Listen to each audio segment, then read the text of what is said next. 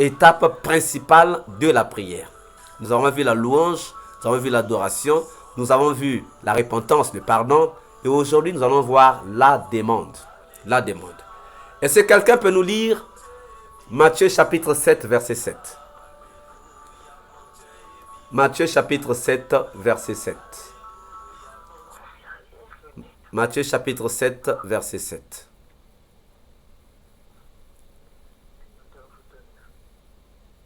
On va lire jusqu'au verset 8. 7 à 8. Matthieu 7, verset 7 à 8.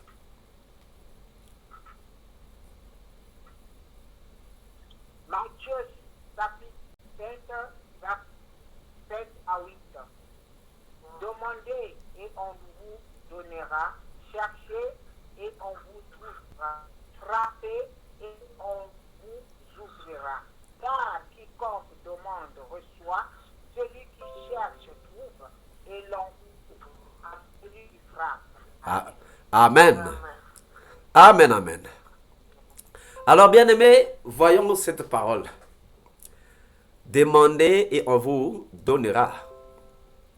Cherchez et vous trouverez. Frappez et l'on vous ouvrira. Car quiconque demande reçoit. Celui qui cherche trouve. Et l'on ouvre à celui qui frappe. Nous revenons encore dans la prière que Jésus-Christ nous a montrée, dans la manière de prier de Jésus-Christ. Où il dit, notre Père qui est aux cieux, on l'a lu dans Matthieu chapitre 6, du verset 9 au verset 13. Notre Père qui es aux cieux, que ton nom soit sanctifié, que ton règne vienne, que ta volonté soit faite sur la terre comme au ciel. Donne-nous aujourd'hui. C'est ça, j'avais dit que ça, on va garder. Donne-nous aujourd'hui. On est en train de demander. Donne-nous aujourd'hui notre pain quotidien. Donne-nous aujourd'hui notre pain quotidien. Le pain quotidien, c'est quoi? C'est quelque chose de nécessaire. Ça veut dire que donne-nous ce qui est nécessaire. Ce qui est nécessaire à notre survie. Donne-nous aujourd'hui notre pain quotidien.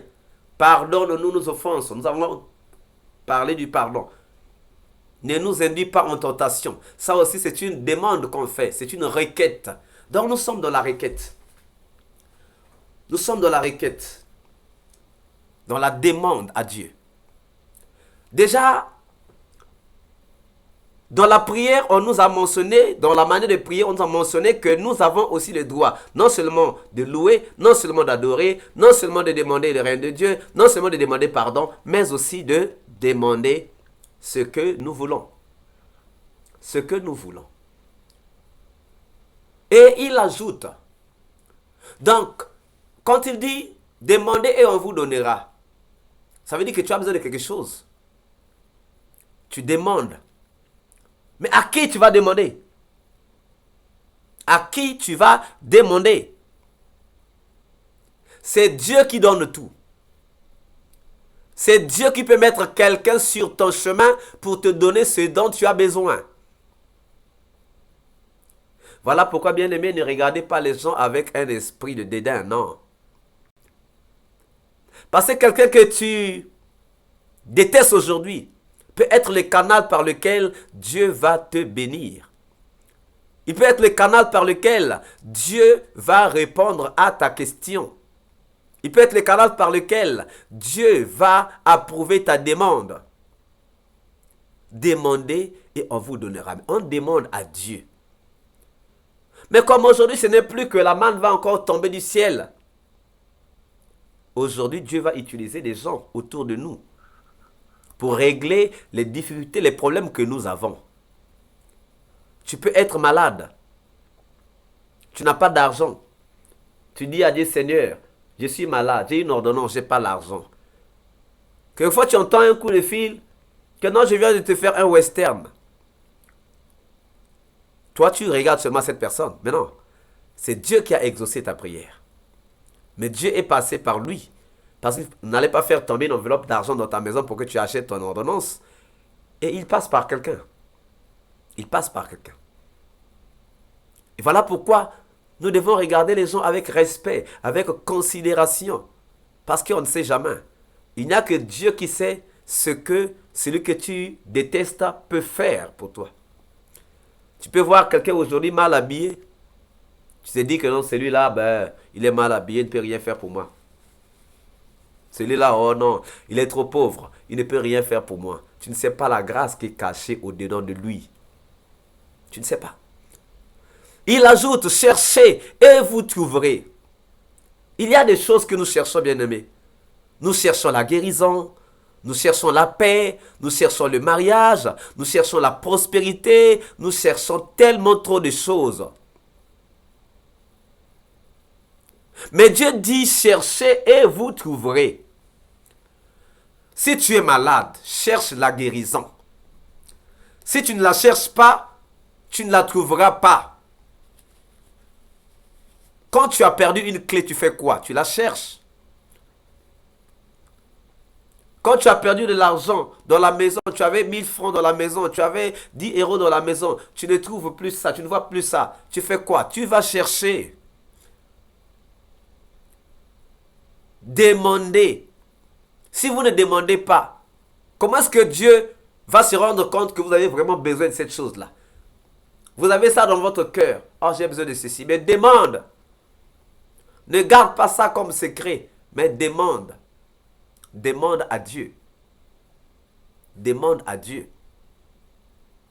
Et Dieu donnera. En passant par quelqu'un, Dieu donnera.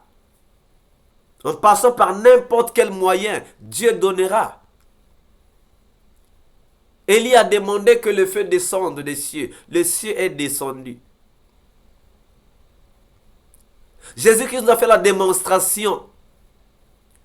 Il demande, que veux-tu que je fasse pour vous? Que voulez-vous que je fasse pour vous? Que nous puissions voir.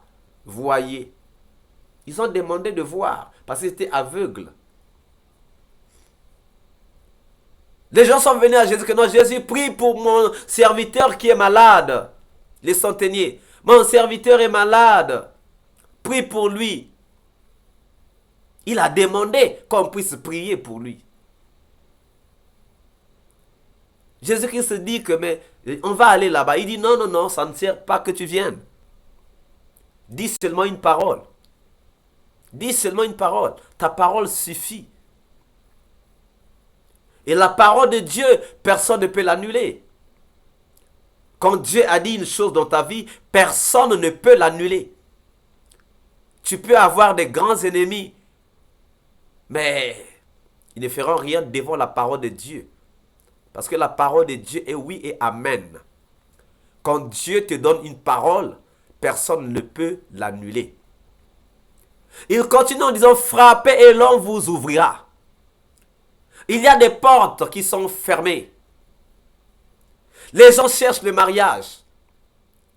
Les gens cherchent le travail. Les gens cherchent la guérison, la paix. Les gens cherchent la délivrance. Mais les portes sont fermées. Il faut chercher. Lorsque vous cherchez, vous allez trouver. Au moins, vous pouvez trouver le chemin. Quand vous avez le chemin, ça devient facile pour vous. Quand vous avez trouvé la porte, que mon bonheur, ce que je suis en train de chercher, se trouve là-dedans. Mais frappe. Frappe. Frappe à cette porte-là.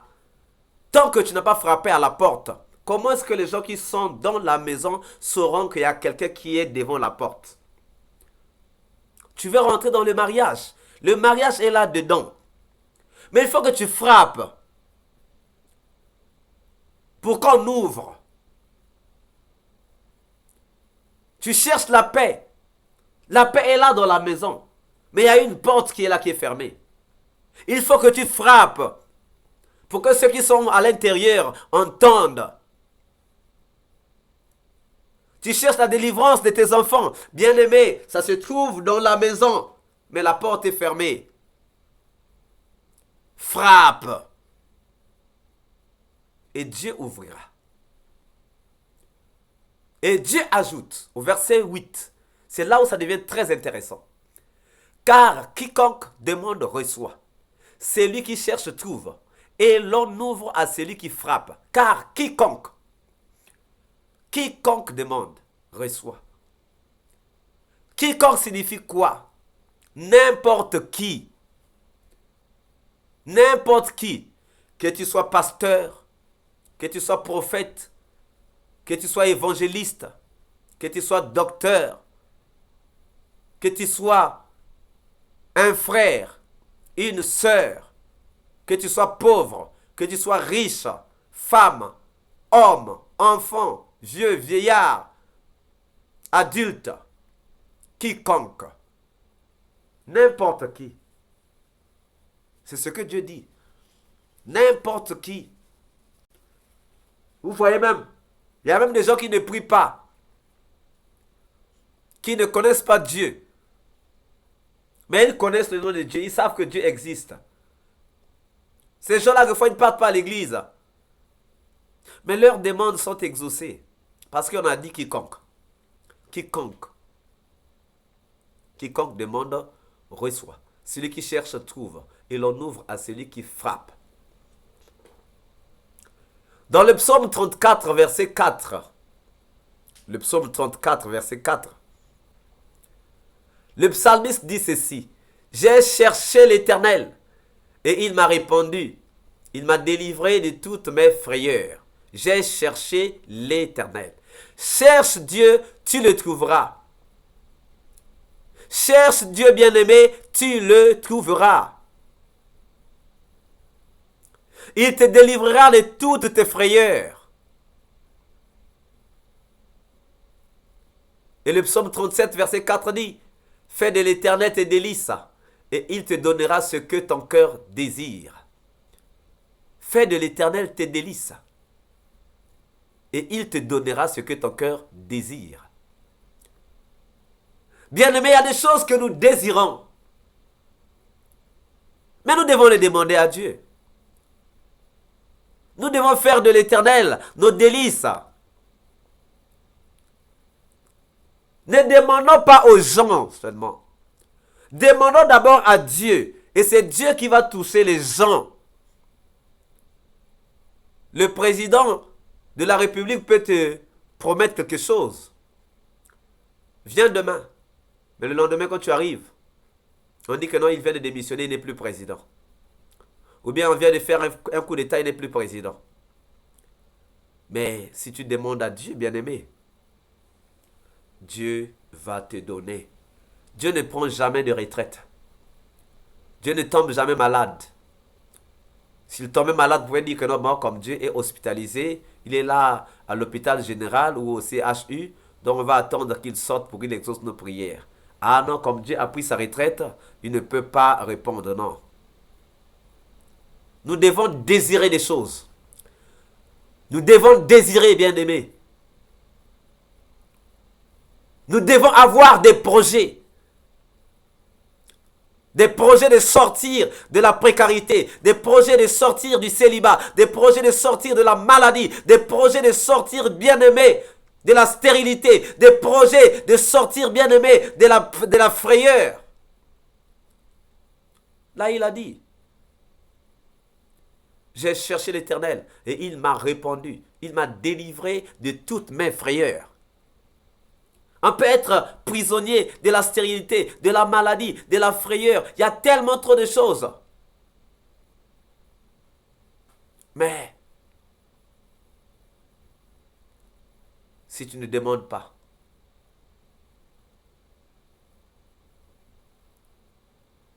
Ésaïe chapitre 30.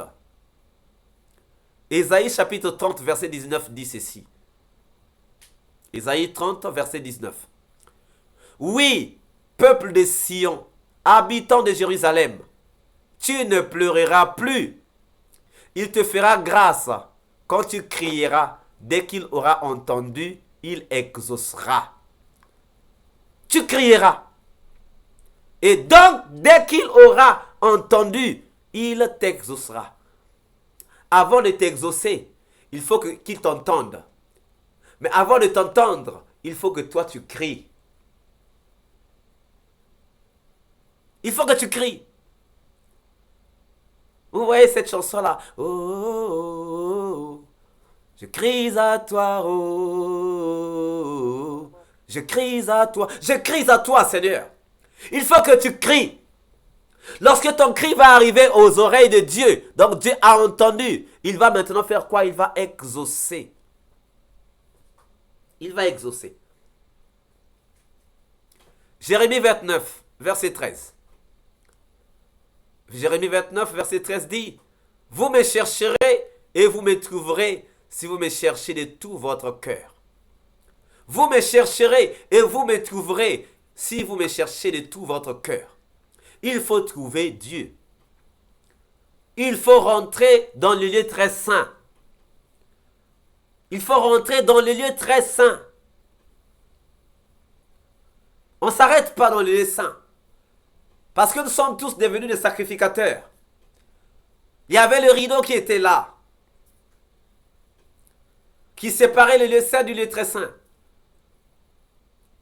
Les hommes ne s'arrêtaient qu'au lieu saint. Or, le lieu très saint, c'est là où était Dieu. Il n'y a que les sacrificateurs qui entraient. Mais, par la mort de Jésus-Christ, la Bible nous dit que lorsque Jésus-Christ a poussé son dernier cri à la croix de Golgotha, le voile s'est déchiré du haut vers le bas. Du haut en bas. Est-ce que quelqu'un qui est en bas peut commencer à déchirer ce qui est en haut? Commencer par le haut pour déchirer? Non. Il commence par le bas. Donc, qui a déchiré le voile? C'est Dieu. Et il nous a donné accès maintenant. Voilà pourquoi la Bible nous dit que par Jésus-Christ, nous sommes devenus des sacrificateurs. Donc, il nous a donné la possibilité de rentrer maintenant dans sa présence. Dans sa présence. Et c'est dans sa présence que nous partons faire les demandes. Bien-aimés, tes demandes ne serviront à rien si Dieu n'est pas là. Tes demandes ne serviront à rien si Dieu n'est pas là. Il faut que tu cherches Dieu, que tu arrives à Dieu. Et quand tu es arrivé à Dieu, tu peux maintenant parler avec Dieu. Tu peux maintenant demander à Dieu. C'est ça maintenant la prière. Mais il y avait des préliminaires qu'il fallait faire. Il y avait l'adoration. Il y avait l'autre là. Non, il y avait la louange d'abord pour faire siéger Dieu. Que Dieu descende dans le lieu très saint. Maintenant, il fallait passer par la purification. Demander pardon. Après, il fallait maintenant que le rideau puisse être déchiré. Le voile déchiré. Et là, on est dans la présence de Dieu. On commence à voir Dieu. On commence à parler à Dieu. On commence à adorer Dieu. Et comme Dieu se nourrit de l'adoration, Dieu dit, waouh, le petit là me connaît. Ah oui, la petite là me connaît. Alors, tu parles. Alors tu te demandes, que veux-tu? Comme a dit Jésus-Christ. Bartimée était en train de crier. Il était en train de crier. La foule était là. Non, laisse-le. La foule.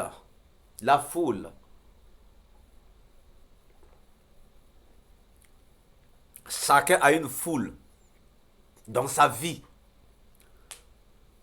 Les pensées négatives. Les pensées qui te disent que non, laisse seulement, tu n'auras pas de réponse. Ça, c'est la foule. Ce sont les pensées du diable. Tu veux faire quelque chose. Les gens te disent que non, laisse tomber, ça ne va pas marcher. Pourquoi ça ne va pas marcher? Et quelquefois, on se laisse faire. Parce que quelqu'un a dit, non. Moi, je n'écoute pas ce que les gens disent. Moi, je vais écouter ce que Dieu dit. Même le médecin, tu as dit ceci, oui. Je vais mourir dans 2 jours, ok. J'ai entendu ce que tu m'as dit, mais je n'ai pas écouté ça. Parce que moi, je n'écoute que la voix de Dieu. Et je viens à Dieu. Regarde ce que le médecin m'a dit. Et toi, qu'est-ce que tu me dis? Regardez bien aimé, le roi Ézéchias à qui Dieu envoie un prophète, lui dire de faire sa valise, de faire son testament parce qu'il va mourir. Il s'est tourné contre le mur. Il a commencé à pleurer. Il a commencé à crier à Dieu. Il a dit, je ne suis pas prêt à mourir maintenant. Mes enfants ne sont pas encore grands. Mes projets n'ont pas encore terminé. Je n'ai pas encore fini de faire terminer mes projets. Je ne meurs pas. Non, je ne mourrai pas, je vivrai. Je raconterai les œuvres de l'Éternel, je ne mourrai pas. Oh. Donc il a dit non, je ne meurs pas, Seigneur. C'est pas le moment. C'est pas le moment. Il a carrément refusé la mort. Je vous donne le témoignage d'une maman avec qui on avait prié. Elle était malade. Et elle devait partir à l'hôpital, faire des examens. Je lui ai seulement dit, quand tu vas arriver là-bas, si le maladie te dit, si le médecin te dit que tu es atteinte de telle maladie, dis que c'est faux. Dis seulement ça, c'est faux. Arrivé là-bas, si le médecin va lui dire que non, ah madame, il vous reste peu de jours. Il vous reste peu de jours. La maman là a dit non, c'est faux. Docteur, c'est faux. Le docteur a regardé. La maman là a dit, docteur, ça c'est faux. Moi j'ai encore une longue vie. J'ai encore une longue vie. Elle a carrément dit ça. Elle a carrément dit ça. Elle est pour être partie.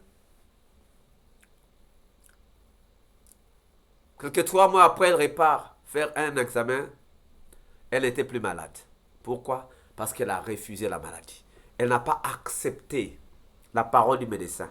Mais elle a accepté la parole de Dieu qui dit, demandez la guérison et je vous donnerai. Demandez le mariage et je vous donnerai. Demandez la délivrance et je vous donnerai. Demandez la paix et je vous donnerai. Demandez à manger et je vous donnerai. Mais, le problème c'est quoi? La demande que tu fais doit plaire à Dieu. Jacques chapitre 4 verset 3 nous dit ceci. Vous demandez et vous ne recevez pas. Parce que vous demandez mal dans le but de satisfaire vos passions. Et voilà.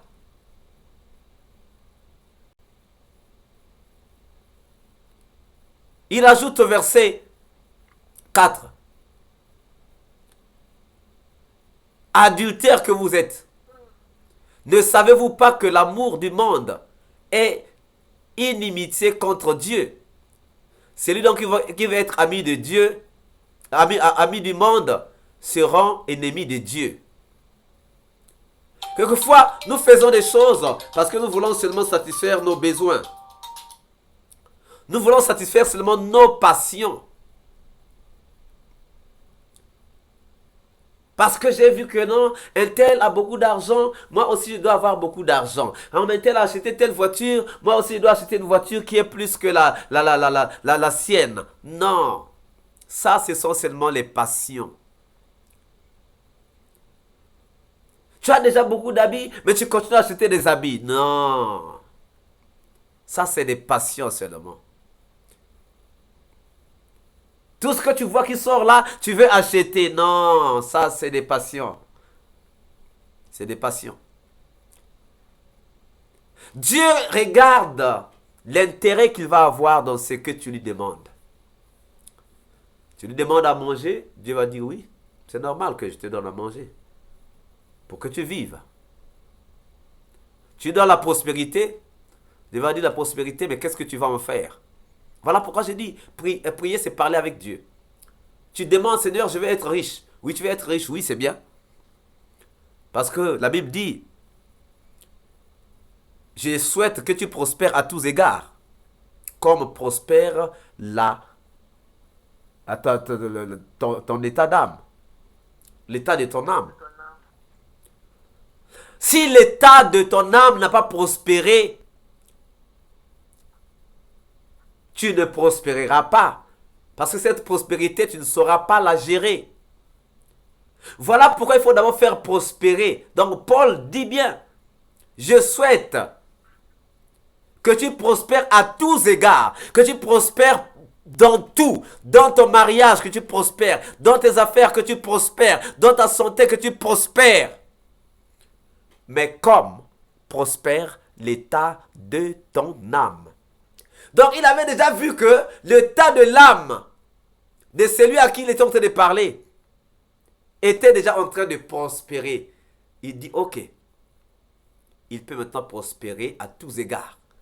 Comme l'état de l'âme, l'état de son âme prospère déjà, il peut maintenant prospérer à tous égards.